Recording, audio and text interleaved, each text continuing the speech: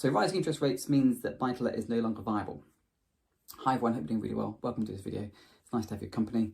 This is the statement we're going to explore, and I'm going to give you some reasons why I think buy-to-let is still viable despite rising interest rates. Now, the first thing you're going to do when someone talks to you in those terms or poses this question to you, you're going to do buy-to-let. Why? What about the interest rates? The first thing you really want to do is clarify what they mean by buy-to-let, because there are a number of different buy-to-let strategies. You want to make sure that they're on the same page. You mean the family buy-to-let. And then the second thing you want to do is you want to clarify, well, what exactly do you mean it doesn't work? And what they're going to respond to you is their cash flow is going to be less because the mortgage interest payment has gone up. So buy-to-let, family buy-to-let, and the problem is their cash flow has been hit. I really want to just pause here very quickly and understand that buy-to-let, in terms of family buy-to-let, is really a capital appreciation play, investment strategy, rather than a rental cash flowing strategy. And let me explain what I mean by that. Let's say you have a house that's worth £120,000 and now you're going to rent it out. Why £120,000, you ask? Well, that's because that is our real life, real world example. The cheapest house so far that we've had valued up after refinance has been £130,000. We have one that's going through now the conveyancing process. I did a video about it. It's up towards Newcastle. That GDV is about £110,000, £115,000. So this is very much based upon our real world experience. And it's the very figures and numbers that we've used for our entire YouTube channel, including going back to our buy-to-let mini series, Why Buy-to-Let Investing Works. So a £120,000 house, we're going to rent it out for £600 per calendar month, and it's going to generate £250 per calendar month profit. And of course, in a year, that is £3,000. What about the capital appreciation on this £120,000 house? And the answer to that is we work on a 4% capital appreciation figure. Why 4%? Some would say house prices double every 10 years. Some say the figure is something like every year goes up by between 7.2 and 7.8%. There are different figures around about. But the most pessimistic of pessimistic views is 4%, and so that's what we use. Anything else, therefore, is a bonus, is on the upside. So this £120,000 house, after 1 year, had generated £3,000 of rental income, and after 1 year, 4% has gone up in value. The value of capital appreciation is £4,800. And by the way, that's only after 1 year. Bear in mind, the capital appreciation is compounded year on year. So the following year, year 2, is going to increase by more than £4,800. The other thing to understand is if you leave this and then refinance, say after a period of time of capital appreciation, you refinance, that's a loan, you pull that money out, you pull it out tax-free. But let's just put that to one side for a second. Rental income after a year is £3,000. Capital appreciation is £4,800. That's a 160% increase.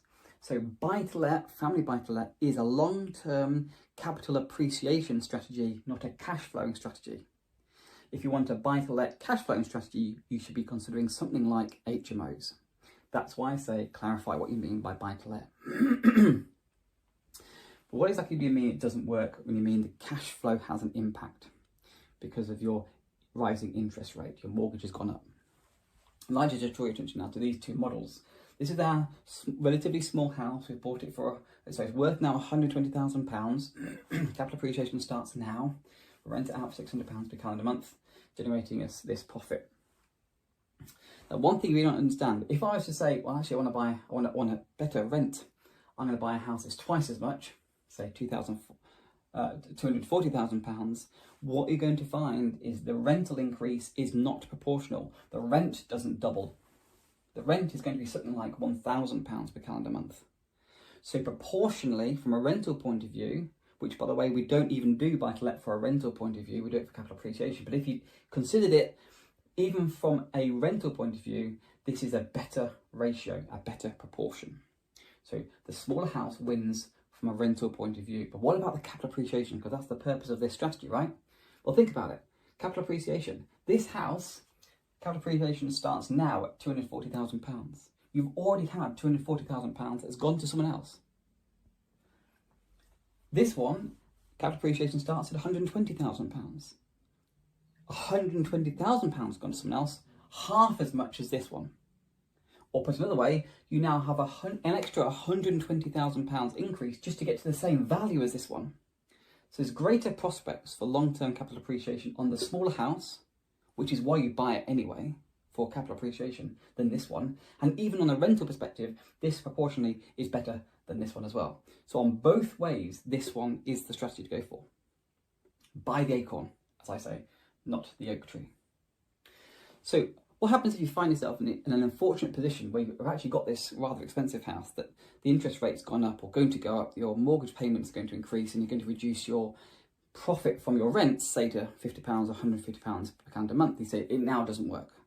So well, what do? Do you give up and sell, or do you carry on at £100 per calendar month?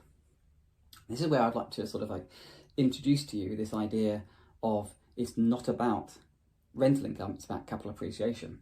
But let's just first of all focus on the problem. The problem is based upon these fixed rates. You see in these headlines, fixed rate mortgages in 2 years and 5 years have gone up exponentially. At the moment, if you look at this, you've got a 2-year fixed rate at 5.04%.